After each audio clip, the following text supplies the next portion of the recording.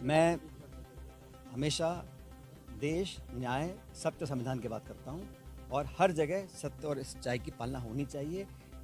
हर मामले में राजनीति करना मैं समझता हूँ एक अच्छी बात नहीं है। जिस घर में जो हुआ है वो पीड़ा वही परिवार जानता है, इसलिए बेहतर ये है कि हम न्याय पर ध्यान दें, इंसाफ पर ध्यान दें और अगर कोई गलती किसी ने करी है उसको उचित दंड मिले, इस पर ध्यान रखना चाहिए। 2 महीने से मैंने प्रशासन को बोल रखा है कि एक तैयार करें कंटीजेंसी प्लान। कंटीजेंसी प्लान बनने से लोगों को कम से कम पीने के पानी की राहत मिल सकती है, लेकिन पूरे प्रदेश में आज हाहाकार मचा हुआ है, प्रबंधन कोई नहीं है। आपको जानकारी होनी चाहिए, भारत सरकार ने कह दिया कि जो गांव और नगर पालिका का बजट है, अगर वहाँ चुनावा प्रतिनिधि नहीं है, हम बजट नहीं देंगे। हजारों करोड़ प्रदेश की जनता को जो मिल सकता था भारत सरकार से, वो नहीं मिल पा रहा है क्योंकि यहाँ कोई प्रतिनिधि नहीं है, चुनाव हुए नहीं है। और कानून में लिखा है नगर पालिका पंचायत का जो पैसा है वो तब मिलेगा जब वहाँ चुनाव प्रतिनिधि होगा। ये बात जानते हुए सरकार चुनाव नहीं करवा रही, तो जो किल्लत हो रही है अनेक शहरों में, कोई मटका फोड़ रहा है, कोई धरने कर रहा है। बार बार हम भी सरकार को बोल रहे हैं कि टैंकर लगाएं, पानी के पॉइंट उपलब्ध कराएं, बिजली के हाल बुरे हैं, तो व्यवस्था पे सरकार का ध्यान नहीं है।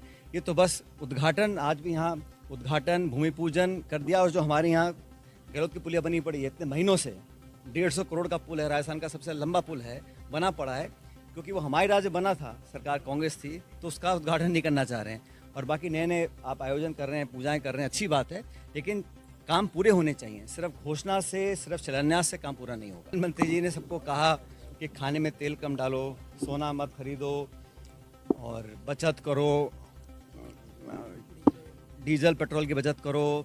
वो सब प्रवचन जनता के लिए हैं, खुद वो 5 देश के लिए चले गए, अब आ गए हैं वापस। तो जो प्रवचन हैं, जो लोगों को कौशन किया जा रहा है, जो सुझाव दिए जा रहे हैं, वो जनता पे लागू हैं।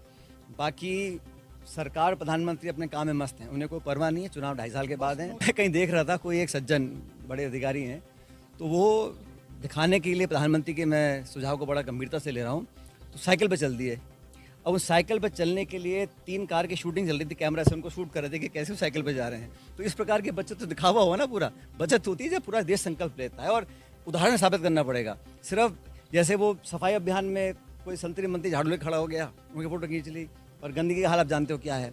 तो स्वच्छ भारत अभियान, सारे इनके ढकोसले जो हैं, पोल खुल रहे हैं धीरे धीरे। और राहुल जी ठीक कह रहे हैं कि ये सरकार लंबी चलने वाले नहीं है, जनता में आक्रोश है, और खासकर युवाओं में। देखो, मैं अंत में कहना चाहता हूँ, हर देश की ताकत युवा होता है, और युवा जो है वो जाति धर्म से ऊपर उठकर काम करना चाहता है। उसको अवसर चाहिए, उसको मौका चाहिए, उसकी जो शख्सियत है, उसका जो जज्बा है, उसको एक प्लेटफॉर्म चाहिए, उसको मौका चाहिए। लगातार जो हताश हो रहा है नौजवान, उससे बहुत बड़ी एक असंतोष समाज में पैदा हो रहा है, जो देश के लिए ठीक नहीं है।